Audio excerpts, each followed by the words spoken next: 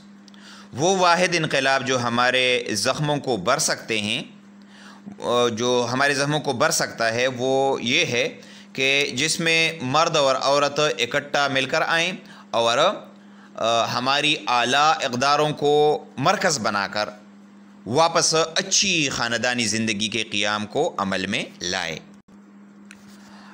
A letter I got recently from a woman makes the point Perhaps the real shift will come when men fully realize in the gut and not in the head that they are equally responsible with women for the creation, nurturing and protection of children. ایک عورت کی طرف سے مجھے جو خط ملا ہے اس میں کہا گیا ہے شاید حقیقی تبدیلی تب آئے گی جب مرد یہ مکمل طور پر دل سے جان جائے، نہ کہ باہر سے یا زبان سے، کہ عورتوں کے ساتھ ساتھ وہ بھی برابر کے ذمہ دار ہیں بچوں کے بنانے، نگہداشت کرنے اور حفاظت کرنے میں۔ You may object all of this is well enough in theory, but unfortunately, in fact, for many people, the family was vicious, a trap and a cruel destiny. آپ یہ اعتراض کر سکتے ہیں کہ یہ نظریاتی طور پر کافی اچھی بات ہے، لیکن بدقسمتی سے حقیقت میں بہت سارے لوگوں کے لیے خاندان ایک ناقص یا خراب یا خطرناک دام اور ظالم و مقدر رہا ہے۔ The place that should have been a sanctuary was often torture house. وہ جگہ جس کو محفوظ ہونا چاہیے تھا وہ اکثر اذیت یا تکالیف کا گھر بن گیا۔ The arms that should have helped us often pushed us away. وہ ہاتھ یا بازو جس کو مددگار ہونا چاہیے تھا اس نے ہمیں دور دھکیل دیا۔ Many flee the family because it was the place of injury, captivity, disappointment, abuse. بہت سارے لوگ خاندان سے بھاگ گئے کیونکہ ان کے لیے وہ ظلم و ستم، قید، مایوسی اور برے برتاؤ کی جگہ بن گئی۔ The children of alcoholics and abusive parents fear marriage and family and find their solace in becoming solitary. شرابیوں اور غیر مہذب والدین کے بچے شادی اور خاندان سے ڈرتے ہیں اور تنہائی میں سکون ڈھونڈتے ہیں یا تلاش کرتے ہیں۔ اچھا جی، page number 104۔ So many bad marriages and dysfunctional families, it sometimes seems only reasonable to junk the institution or invent a replacement. بہت سارے ناکام شادیاں اور غیر فعال خاندان ہے، بعض اوقات یہ معقول دکھائی دیتا ہے کہ یہ ادارہ یعنی خاندان سے جان چھڑائی جائے، کہ اس ادارے یعنی خاندان سے جان چھڑائی جائے یا کوئی متبادل تلاش کیا جائے۔ True enough, but hopes of replacing the family with some more perfect institution like high-tech pipe dreams of creating space colonies into which we can escape when we have polluted the earth have proven to be both dangerous and deluded. یہ بالکل سچ ہے، لیکن اس امید کے ساتھ خاندان کو تبدیل کرنا کہ اس کی جگہ کوئی مکمل ادارہ مل جائے گا یا یہ اعلیٰ ٹیکنالوجی کی مدد سے خلائی بستیوں کے قائم کرنے کی طرح ہے جہاں پر ہم جا سکتے ہیں جب ہم اس زمین کو گندہ کر چکے ہیں۔ خاندان کے بدلنے کی یہ امید خطرناک بھی ہے اور دھوکے پر مبنی بھی ہے۔ اس پیراگراف کا مطلب یہ ہے کہ جس طرح اعلیٰ ٹیکنالوجی کی مدد سے ہم خلائی بستیاں نہیں بنا سکتے، اسی طرح یہ بھی ناممکن ہے کہ آپ کو خاندان سے بہتر کوئی اچھا ادارہ مل سکے۔ It is within the bonds of what is familial that we must live or perish. یہ خاندان کے نظام کے بندھن میں ہیں، یعنی قابو کے دائرے میں ہیں کہ ہم نے رہنا ہے یا مرنا ہے۔ Fortunately, the profusion of dysfunctional families does not necessarily predict a grim future for the family. خوش قسمتی سے بیکار خاندانوں کی کثرت کبھی بھی خاندان کے بیانک مستقبل کی پیشن گوئی نہیں کرتا. یعنی اگر خاندان خراب ہو تو اس کا مطلب یہ نہیں ہے کہ آپ کا مستقبل جو ہے وہ بیانک ہوگا، آپ کا مستقبل ٹھیک نہیں ہوگا، تاریک ہوگا. یعنی خاندان کا یہ اتنا بڑا اثر نہیں ہے. اچھا، one of the standard themes in mythology is the promise of the wounded healer. دیوتاؤں کی کہانیوں میں ایک معیاری موضوع زخموں کو ٹھیک کرنے والے یا صحت یاب کرنے والے زخمی کے وعدے کا ذکر بھی ہے. In our heart lies the source of our healing. ہمارے زخم میں زخموں کو ٹھیک کرنے کا ذریعہ موجود ہے. اس کا مطلب یہ ہے کہ جو زخم ہمیں ملے ہیں، جو درد ہمیں ملے ہیں، وہ ہم اپنے بچوں کو نہ دے تو ہم میں جو کمی ہے وہ ہمارے بچوں میں نہیں ہوگی. جس طرح کہ پشتو میں ایک کہاوت ہے چې په چا تیر شي هغه ڈاکٹری، یعنی جب کوئی بندہ کسی اذیت یا بیماری سے ہو گزرے وہی ڈاکٹر ہوتا ہے، یعنی اسی کو ہی پھر علاج کا پتہ ہوتا ہے. اچھا جی، نیکسٹ ہے the bird with the broken and mended wings soar the highest. ٹوٹے اور مرمت شدہ پروں والا پرندہ ہی زیادہ اونچا اڑتا ہے، یعنی زیادہ تکالیف سہنے والا بندہ ہی آگے جاتا ہے. اچھا جی، پھر ہے where you stumble and fall there you find the treasure. جہاں پر آپ ٹھوکر ماریں اور گر جاتے ہیں وہاں پر ہی آپ کو خزانہ ملتا ہے. مطلب یہ ہے کہ انسان جہاں ناکام ہوتا ہے اور یا جہاں پر اسے درد ملتا ہے اسی سے وہ سبق لیتا ہے اور کامیابی کی طرف جانے لگتا ہے. One of man's greatest resources for change is our wound and our longing for the missing father. تبدیلی کے لیے انسان کے بہت زیادہ ذرائع کے وسائل میں سب سے اہم وسیلہ یا ذریعہ ہمارے زخم ہے اور نہ ملنے والے والد کی خواہش. We can heal ourselves by becoming the kind of fathers we wanted but did not have. ہم اپنے زخموں کو بھر سکتے ہیں وہ باپ بن کر جو ہم چاہتے تھے لیکن ہمیں نہیں ملے. اس کا مطلب یہ ہے کہ ہم اچھے والدین یا باپ کی بہت زیادہ خواہش رکھتے تھے کہ ہمیں اچھا والد مل سکے، لیکن وہ ہمیں نہیں ملا. تو ہم میں جو کمی رہ گئی ہے اب ہم وہ کمی اپنے بچوں میں نہیں رہنے دیں گے. ہم وہ باپ بن کر دکھائیں گے جس کو ہم چاہتے تھے لیکن ہمیں نہیں ملے. Create out of the void out of the absence. وہ باپ آپ اس محرومی اور عدم موجودگی سے بنائیں. اور best map for parenting is outlined like a photographic negative in the shadow side of our psyches. والدین بننے کا بہترین نقشہ ایک تصویر کے نگیٹو کی طرح ہمارے ذہن کے لاشعور میں پڑا ہے.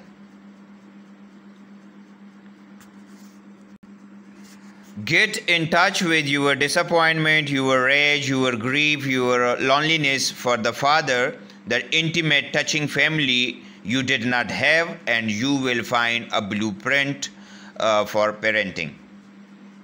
چونکہ تمہیں ایک اچھا باپ اور مؤثر یا متاثر کن خاندان نہیں ملا، اسی لیے تم اپنی مایوسی، غصے، غم اور تنہائی کو ذہن میں رکھو تو تمہیں باپ ہونے کا صاف ستھرا نقشہ مل جائے گا.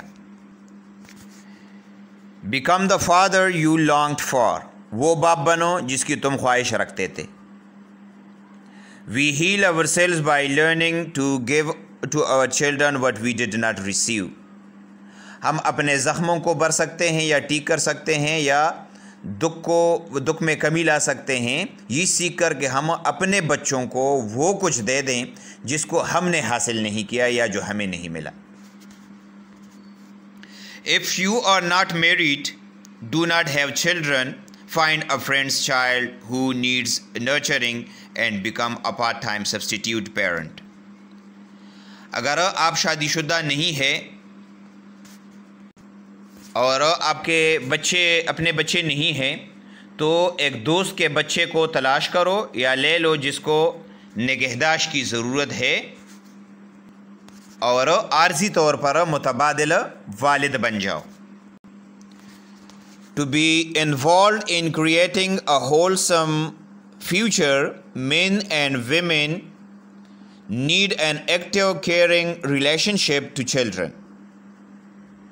ایک مفید یا بہترین مستقبل کے بنانے میں شامل ہونے کے لیے مردوں اور عورتوں کو چاہیے کہ وہ بچوں کے ساتھ مشفقانہ تعلق رکھیں.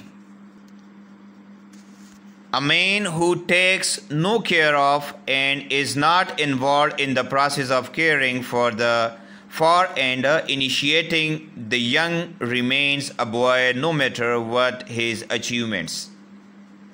ایک انسان جو کسی کا خیال نہیں رکھتا اور نہ دوسروں کا خیال رکھنے کے عمل میں شامل ہوتا ہے اور نہ ہی بچوں کے خیال رکھنے کا آغاز کرتا ہے تو ایسا بندہ کئی ایک کامیابیوں کے باوجود بھی لڑکا ہی رہتا ہے یا بچہ ہی رہتا ہے.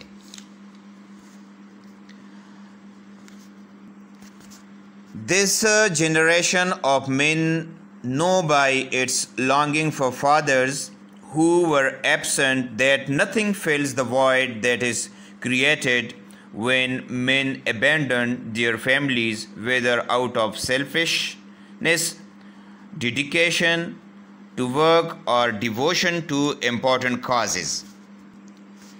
انسانوں کا یہ نسل ایسے والدین کی خواہش کی وجہ سے جانتے ہیں کہ جو کہ ان کو زندگی میں نہیں ملے کہ کوئی بھی چیز وہ خلا وہ کمی کبھی نہیں بھر سکتا جب مرد اپنے خاندانوں کو چھوڑتے ہیں خود غرضی کی وجہ سے، کام کے ساتھ انتہائی خلوص کی وجہ سے یا کسی اور اہم کام کے ساتھ عقیدت کی وجہ سے.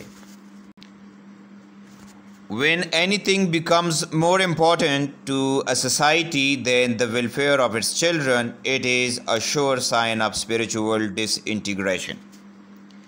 جب کسی معاشرے کے لیے اپنے بچوں کی فلاح و بہبود سے بڑھ کر کوئی چیز اہم بن جاتی ہے، یعنی کوئی دوسری چیز اہم بن جاتی ہے، تو یقیناً یہ روحانی انتشار کی علامت ہے. تو دوستو یہ تھا آج کا ہمارا ٹاپک. امید ہے آپ کو اس لیسن کی سمجھ آ گئی ہوگی. کسی بھی جگہ پر آپ کا اگر کوئی سوال رہتا ہے، کسی معنی میں اگر آپ کی کوئی کنفیوژن ہے تو آپ کمنٹ میں ضرور پوچھیے گا.